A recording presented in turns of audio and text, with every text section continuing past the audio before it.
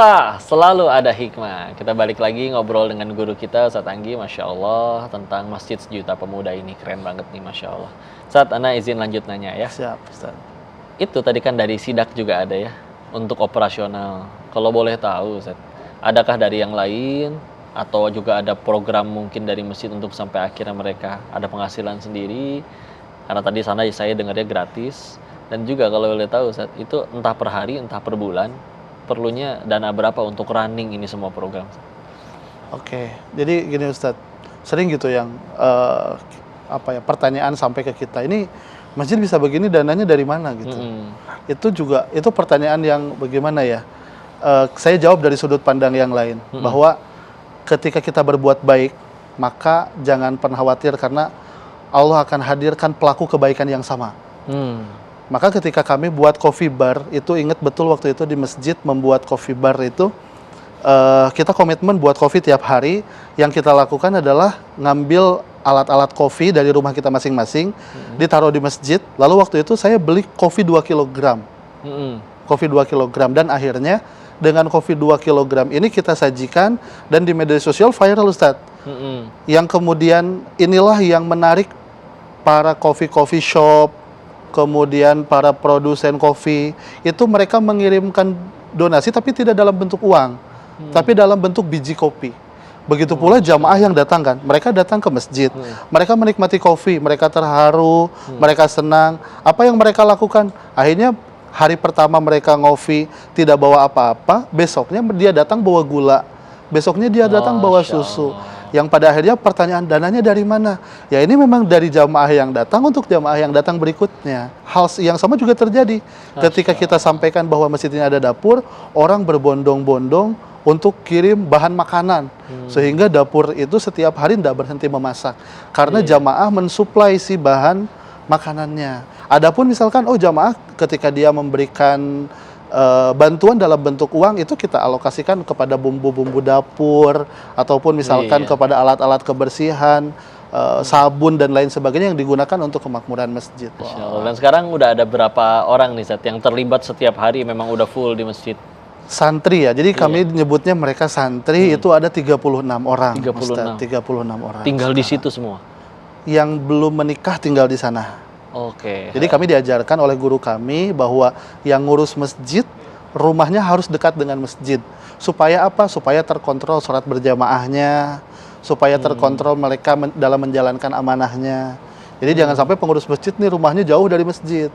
Bahkan nggak pernah nampak nih sholat berjamaah ke masjid. Saya pengen minta ini, Zat, untuk supaya yang nonton nih diberikan pesan-pesan, mungkin bagi para orang yang belum tergerak untuk bisa aktif di masjid, atau juga sekarang sudah jadi pengurus masjid. Coba berikan nasihat kepada mereka, jangan.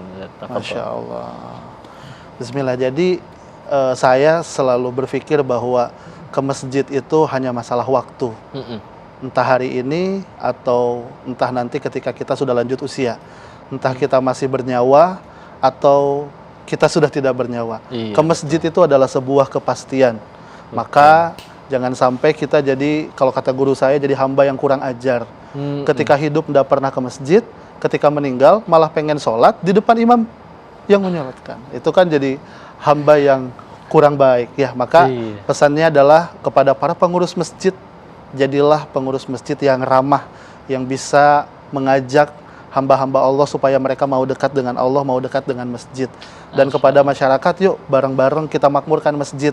Ada yang memakmurkan dengan idenya, ada yang memakmurkan dengan tenaganya, ada yang memakmurkan dengan hartanya. Apapun yang kita kontribusikan, Allah nggak akan luput, nggak akan pernah hilang catatan kebaikan kita. Dan barangkali hari ini kita memakmurkan rumahnya Allah di dunia, maka Allah itu menjadi wasilah kita ditempatkan oleh Allah di tempat yang terbaik di akhirat. Alhamdulillah, Masya Allah, luar biasa, Ustaz. Di saat orang biasanya cuman masalah orang jadi pengurus masjid itu, kalau mau jujur banyak yang kepaksa, atau cuman karena sekedar ikut aja. Tapi ini dinaikkan levelnya, dijadikan benar-benar totalitas, ditambah dengan keikhlasan yang bismillah lillahi ta'ala. Akhirnya ya efeknya sebegitunya. masjidnya disenangi, orang jadi pengen sholat di situ. Akhirnya orang nggak cuma sholat, akhirnya ingin memberikan bantuannya, apapun itu, ada yang dengan uangnya, dengan tenaganya, dengan apa yang dia punya. Sehingga akhirnya ya benar-benar persatuan, guyub, damai, manfaat dan berkah itu akhirnya didapat itu semuanya di situ. Maka dan tadi tamparan yang luar biasa dari guru kita juga adalah ujung-ujungnya kita ke masjid juga. Tinggal pengen ke masjid sendiri atau nanti pas mati digotong itu, naudzubillah. Sekalinya udah jarang ke masjid langsung pengen di depan imam lagi. Wah itu benar banget naudzubillah, luar biasa. Makanya bismillah, mudah-mudahan yuk aslinya kita butuh Allah. Cepat atau lambat, suka tidak suka, mau tidak mau, kita pasti datengin Allah. Tapi itu dia tadi, mau datang dengan sukarela atau harus diseret dulu. Saya harus diseret dulu dengan musibah.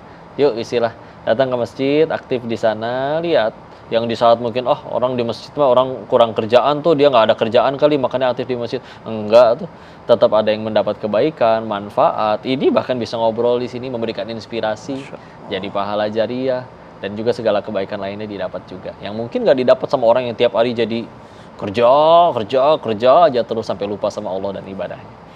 Masya Allah, terima kasih banyak Ustaz. Alhamdulillah. Mohon selalu doakan kami, nasihati kami. Terima kasih banyak ilmunya dan mudah-mudahan bisa membuat semua yang nonton ikut mau aktif berbakti untuk masjidnya ya. Bismillah.